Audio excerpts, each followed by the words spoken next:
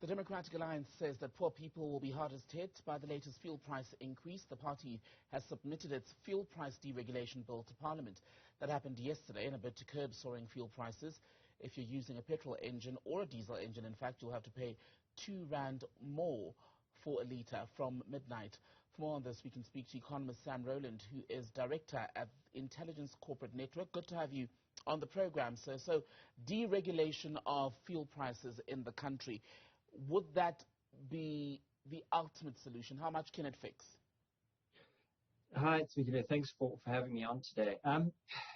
It's a challenging sort of proposal that's been put forward. I think what we need to realize, of course, is that what's driving the fuel price currently is a combination of an increase in the price of Brent crude oil, which has sort of been affected by global factors such as the Russia-Ukraine conflict, as well as weakness in the rand, which has also been compounded by sort of worries of an economic recession and a general economic slowdown. And so thinking about why the petrol price has been increasing, it's more of a global factor than it is local. And so thinking about the DA's proposal within that context, I'm not too sure whether much success or much changes could be had from introducing a deregulated policy into the fuel industry.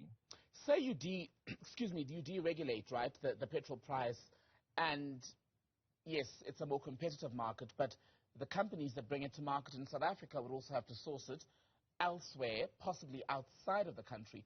So how much room would that give them to be competitive, I wonder? I guess we need to sort of start thinking about what that could potentially mean and what changes could be brought about for our local petrol markets. I mean, I think that what the DA is trying to say is, as the petrol price is currently set, it's sort of set according to centralized policy. There's no competition in the market. And of course, we need to ask what a market would look like with increased competition. Well, if you look at how petrol is sort of served in places like Europe and the UK, well, this is done where the consumer puts their own petrol and we don't have petrol attendants abroad. Now, I could see that increased competition would be driving down costs, and the sort of easiest but perhaps most dangerous way to do that would be to sort of remove petrol attendants completely out the system. Now, in terms of the socioeconomics of this is a terrible idea for a large portion of the employed sector. I think that the petrol attendants number in about tens of thousands currently. This would be disastrous for those working in rural areas. And so there are a number of unintended consequences as a result of this. So what can government realistically do then, if we're not going as far as deregulation? Because let's face it, if the bill is before Parliament, that's also not going to be concluded by Friday. So in the interim, we're looking now at a petrol price and a diesel price that's going up by R2.30 plus for a litre. What can be done? That is unfortunately the case. I've seen, and government has taken steps. They've introduced a reduction in the fuel levy, which has provided some relief to the consumer. And I think in this month, the amount of reduction was reduced to around 75 cents. So that did place a bit of upward price pressure on the fuel price. Unfortunately, government doesn't really have many good options at this stage. We reduced the fuel levy. It is a big portion of revenue to government, certainly more than the alcohol and tobacco excise duty they gather in. So by cutting the fuel levy, well, government needs to find funds elsewhere. And in a sort of slowing economic environment, and where government, we know, has not had the fiscal room available, they'll be hard pressed to find revenue elsewhere, and it'll have to be an increase elsewhere just to be able to make up that shortfall. And so that increase would be an increase. The easiest way to collect that revenue or make up that loss of revenue would be through taxes, which then would still be going to the same people who would be paying less for fuel but being charged for something else. Am I getting this right? Yeah, no, exactly correct. You'd have to increase taxes somewhere, potentially an increase in VAT. Given that the fuel levy is very much an across-the-board tax, right? Whoever fills up with petrol pays the levy,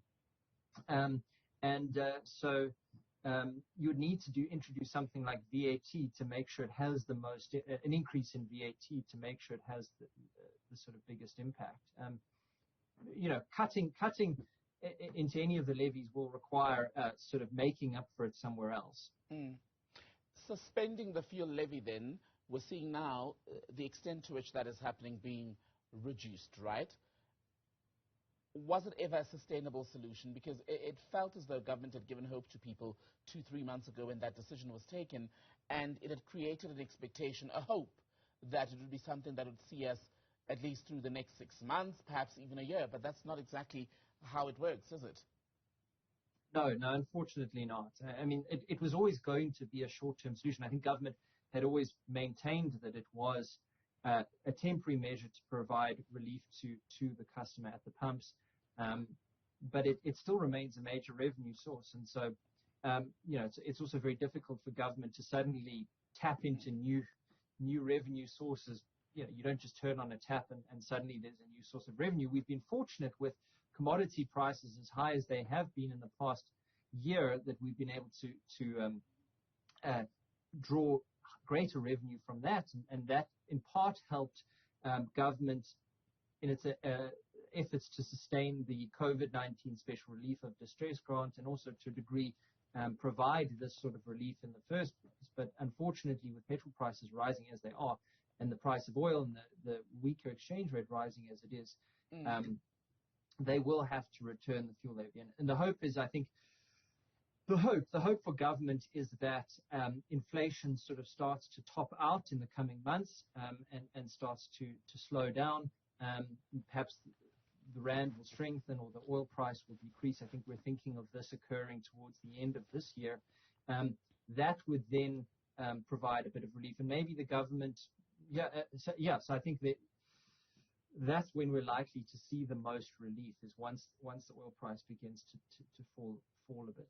And if Russian troops were to withdraw their troops from Ukraine tomorrow and the invasion comes to an end, NATO allied countries lift their sanctions on Russian industry, would we see an immediate drop, I wonder, in the price of fuel?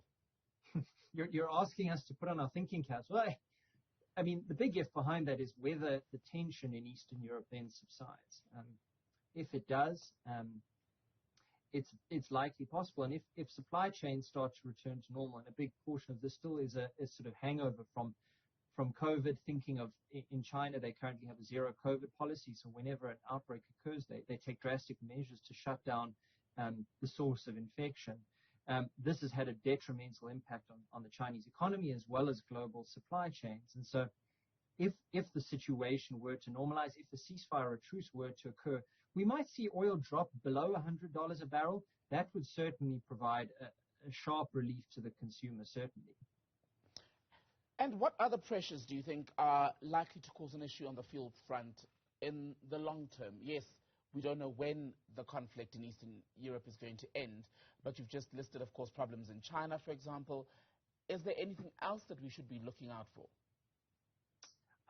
This is more if we're talking very long term, I think we need to be very aware or government needs to be very aware of the looming possibility that electric vehicles take a big hold in the country. We've already seen many of the manufacturers, and a lot of these are located in South Africa, making strong signals that they are looking to completely move over to electric vehicles. And this would completely change how we would refuel in South Africa, how we would charge or refuel our vehicles. Instead of having to go to a petrol station or a charging station now, we could possibly do it in our own homes. This would have a big impact on those that work in petrol forecourts. This would have a significant impact in that we would no longer be able to tap into the general fuel levy. We would need to sort of think about other taxes to sort of replace what would be lost in that. So in the long term, the switch to electric vehicles, and I think it is very likely to sneak up on us. The pickup in Europe is accelerating. I think this is going to be the case once it becomes affordable in South Africa. And so it's likely to signal an enormous shift in how the automotive industry looks in South Africa. Sam Rolland, economist as well as director at Intelligence Corporate Network. Good to have your time. Thank you.